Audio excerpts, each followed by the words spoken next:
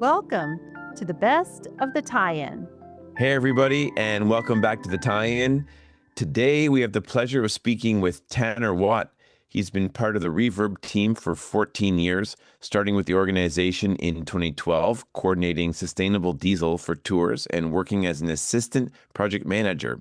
Tanner has worked his way through the ranks and now leads Reverb's artist, industry, and brand relationships as his role as director of partnerships.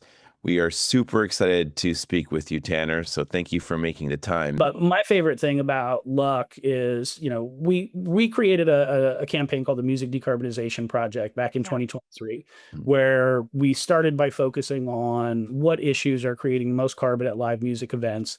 One of the first pieces we looked at was pop-up power for music festivals, diesel generators, not on-road vehicles, so they don't have to qualify for the same sort of emission control systems that you see on diesel vehicles on the road. They're used because most festivals happen in a place that has nowhere near enough grid power or local solutions to power these. They're building a huge stage or building this thing. And with Luck, it was one of our the perfect example of how that campaign is supposed to work, because Matt Beiser and his team, who have always been amazing to work with, were not only excited to try the new stuff, but the first year we did it, we were able to use battery power on the stage. The second year we did it, we were able to expand those efforts and get rid of diesel generators throughout the venue itself. Then the third year, Matt and his team took it upon themselves to do even more, to expand grid power in locations where they knew they could eliminate using more diesel, looking at shuttle systems to get people to the concert to cut down carbon there. So the teach a man to fish idea is really exciting to me, especially with Luck. And it's one of those things that's already so special that it's kind of the perfect backdrop for it. Granted, it is a smaller event, and sometimes smaller events are easier to scale these solutions to.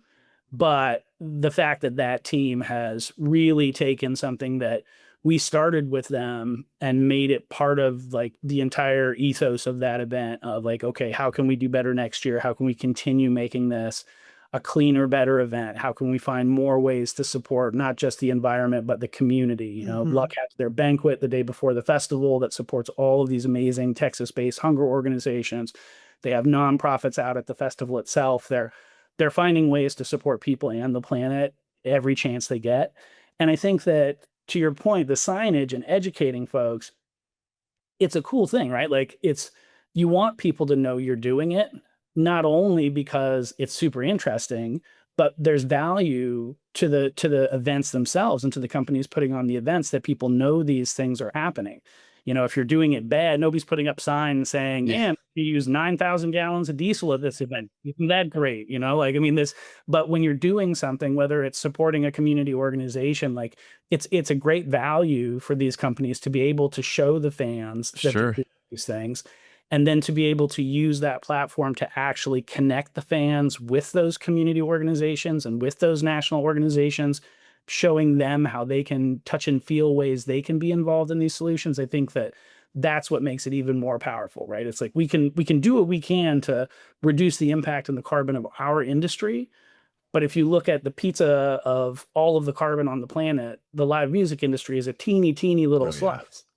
But being able to use it to engage and inspire and win hearts and amplify. Yeah, right? Absolutely. Around whether it's environmental or social causes, it's just such a magic.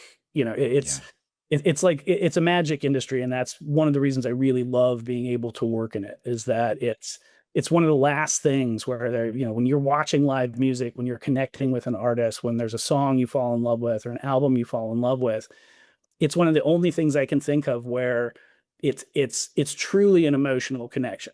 People are connected to the music they love in a way that's different from even film or television or physical art or sculpture, which are all amazing ways to express yourself and amazing creative expression forms.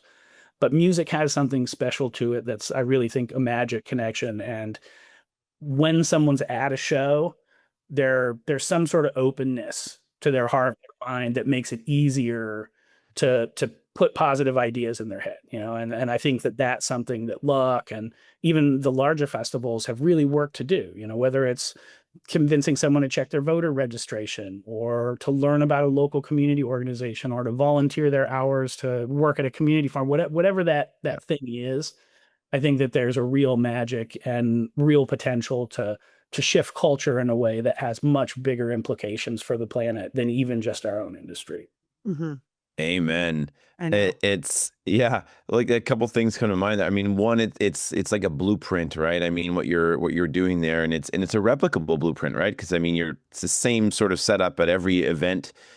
You know, even whether it's a 10,000 person event or a 100,000 person event. I mean, it's just bigger in scale, which is incredible. Yeah, and the voices that you have to amplify those messages. I mean, even with Coldplay, I mean, we're seeing them now. They're just started off the North American leg of their tour, and it's powered by batteries, right? The show power guys are powering that entire tour with their battery system.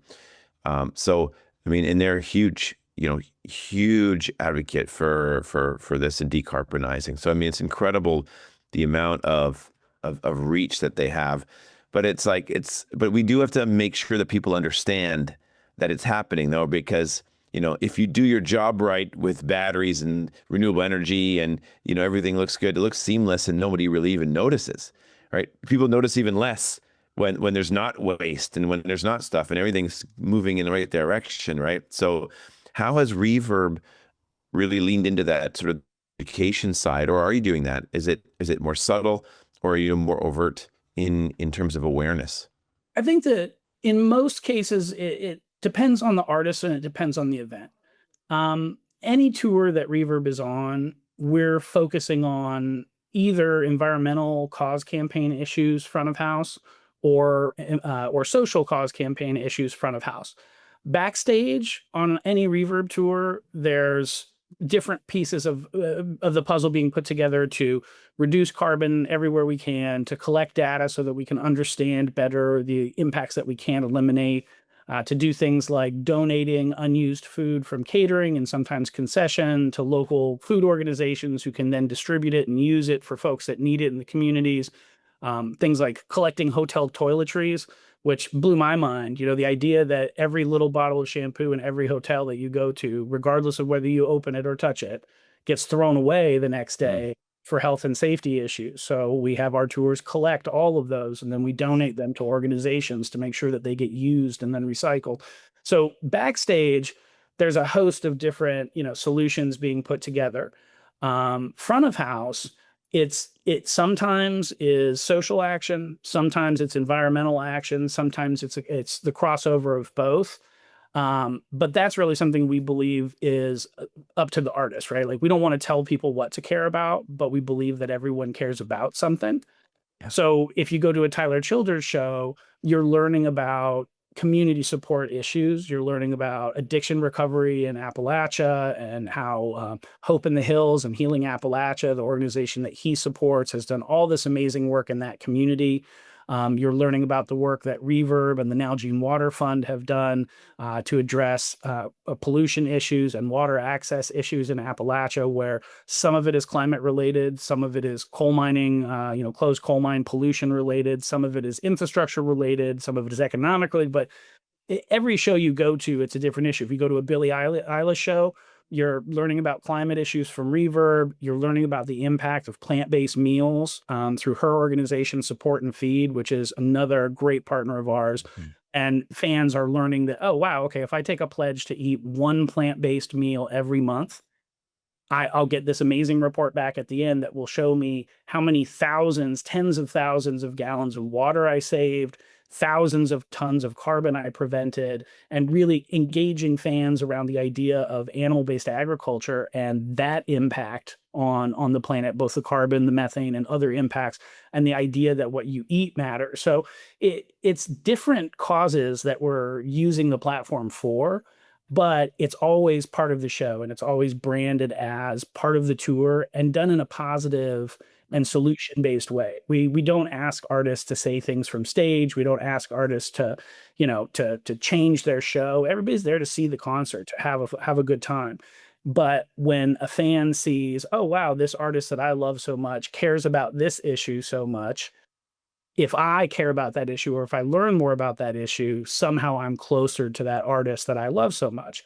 And Reverb works really hard to bring in national campaign organizations, sometimes global campaign organizations, but also to identify and bring out local community groups doing the same sort of work in every community a tour visits, so that fans can, get the big picture idea, but then also see a way that they can be part of a positive solution right there in their own community. And I think that when you can touch it and feel it and recognize that it's something that actually impacts the community that you live in and that you're familiar with, that makes it much realer and makes it closer to the heart. And then again, it's got to be positive, right? Nobody wants to go to a concert and get bummed out. Nobody wants to, be told they're the bad guy because they didn't know about this in the past, or, it's about teaching somebody about an issue and then exciting them about some kind of positive solution that's easy to be a part of. And really non-political, right? And non-political. Exactly. Yeah.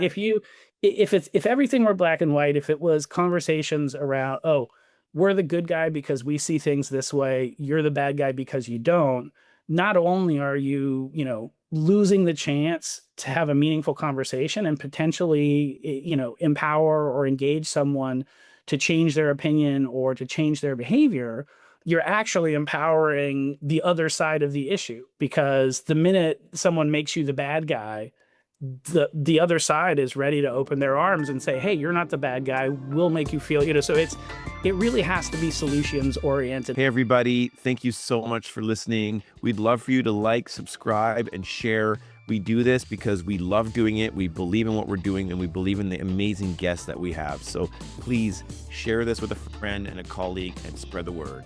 Our designer is Aaliyah Kane. Music is by Peter Chapman. Social media is by Sharon Ewan. Our editor and producer is Rachel Werbel.